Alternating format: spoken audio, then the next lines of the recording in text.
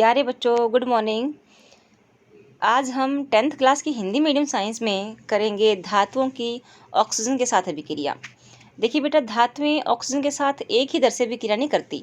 कुछ धातुएं हैं जैसे कि पोटेशियम, सोडियम, ये धातुएं ऐसी हैं जो बहुत अधिक तेजी से अभिक्रिया करती हैं और खुले में रखने पर आग ही पकड़ लेती हैं। इसलिए इन्हें सुरक्षित रखने के लिए और आकस्मिक आग से बचाने के लिए इन्हें केरोसिन तेल में डुबोकर रखते हैं।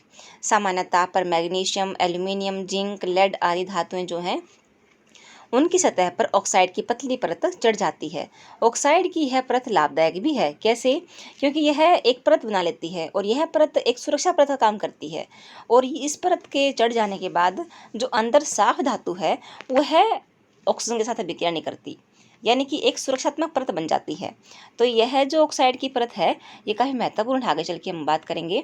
उसके बाद है, गर्म करने पर आयरन का दहन तो नहीं होता, लेकिन जब बर्नर की ज्वाला में लोह चूर्ण डालते हैं तब वह तेजी से जलने लगता है। कॉपर का दहन तो नहीं होता, लेकिन गर्म धातु पर कॉपर ऑक्साइड की काले रंग की परत चढ़ जाती है।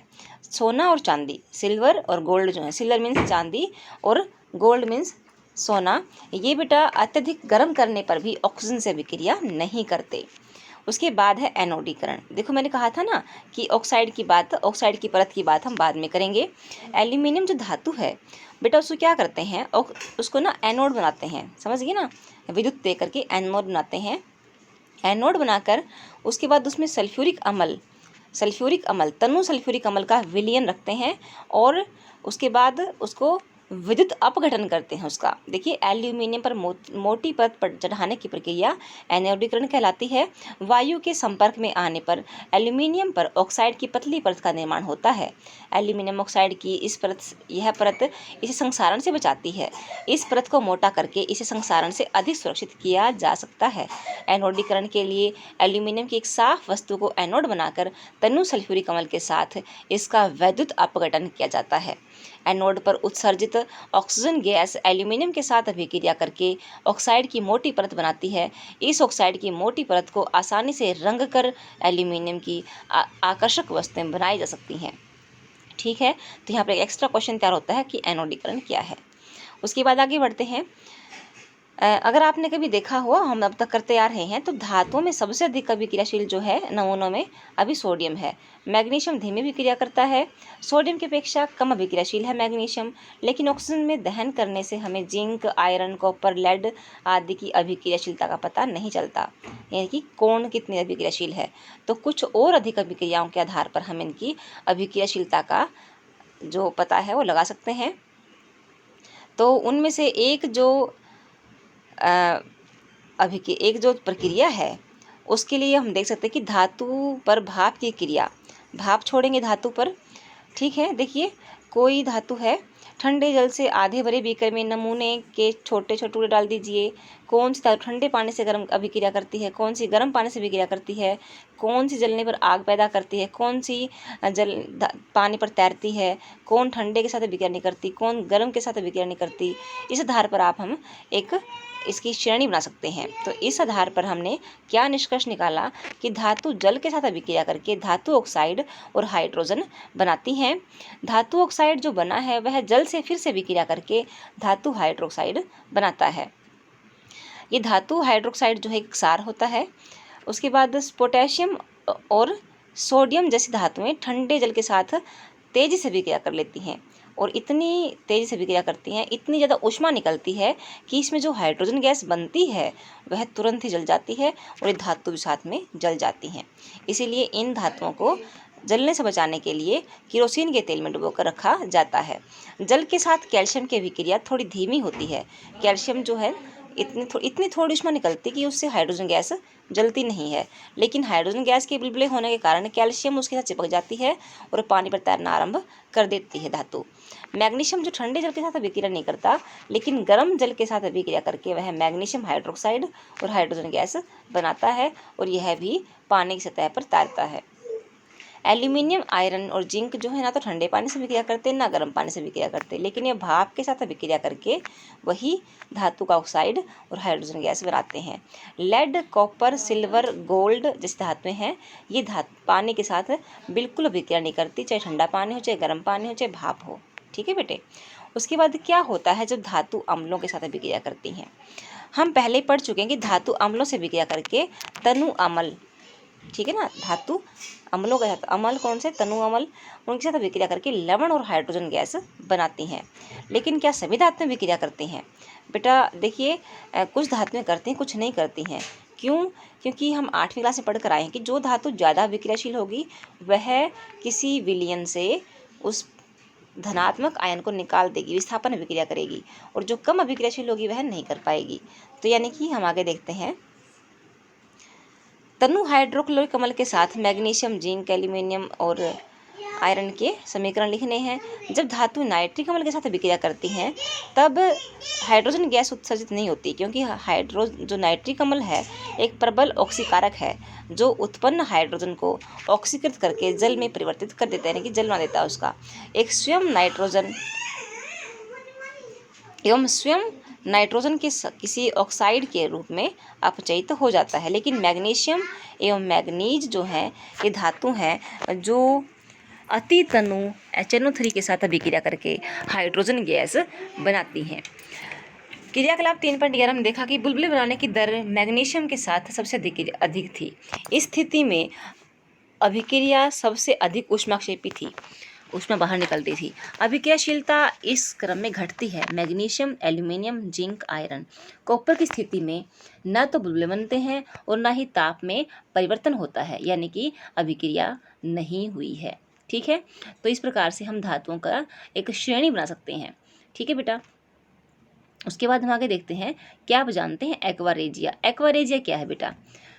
एक्वारेजिया का मतलब होता है रॉयल जल, रॉयल वाटर। ठीक है बेटा।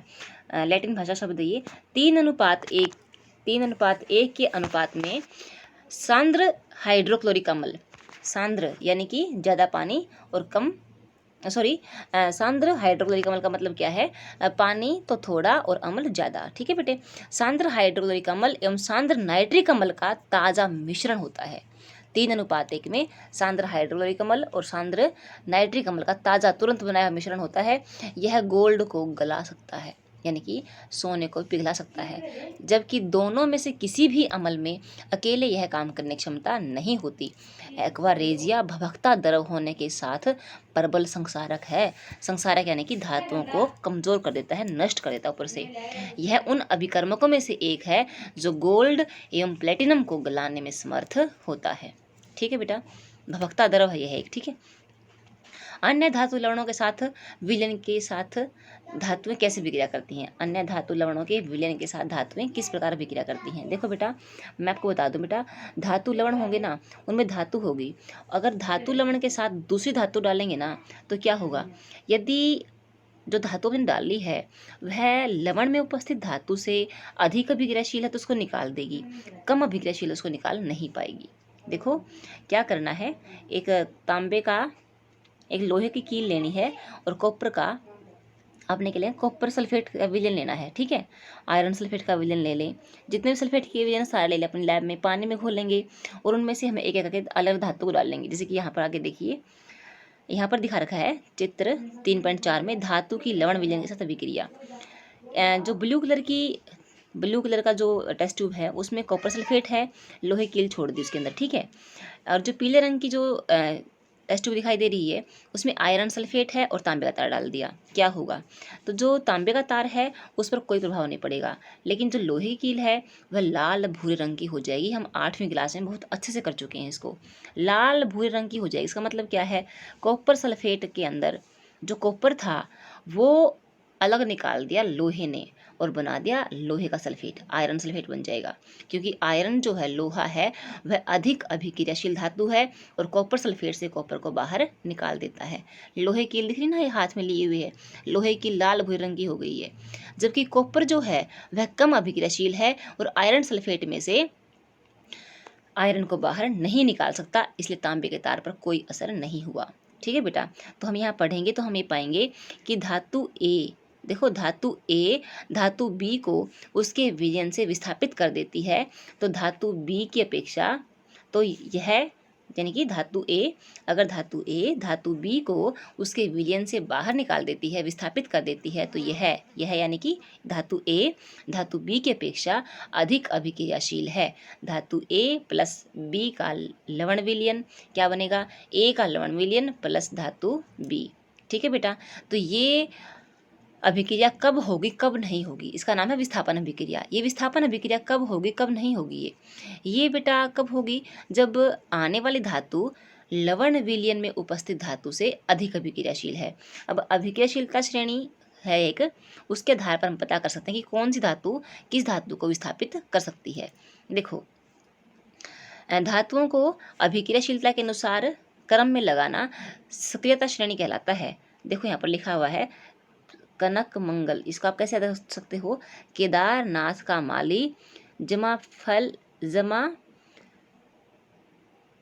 मीठे फल पकाता है। देखो, केदार के नाथ सोडियम, का कैल्शियम, माली मैग्नीशियम, ली एल्यूमिनियम, जमा जिंक, मीठे साइलेंट रख लो यहाँ पे, फल Fe आयरन, पीबी पकाता है हाइड्रोजन। ठीक है ना।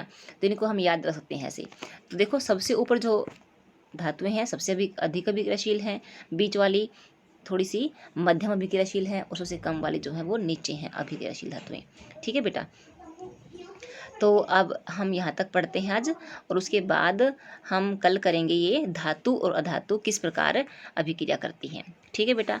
आज के लेक्चर में इतना ही, इसी के साथ थैंक यू।